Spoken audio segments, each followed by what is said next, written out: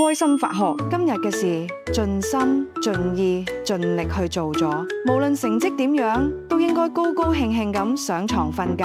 我哋好多人都有呢個壞習慣，做完一日嘢，個腦仲喺度翻來覆去諗，如果當時咁做就更好。結果明明身體已經好攰，但都瞓唔着，第二朝又變成行屍走肉。呢個就係自己同自己過不去啦。點解會咁？因為我哋總係以為結果先係全部，忘記咗過程入面已經用盡咗自己嘅心意同氣力。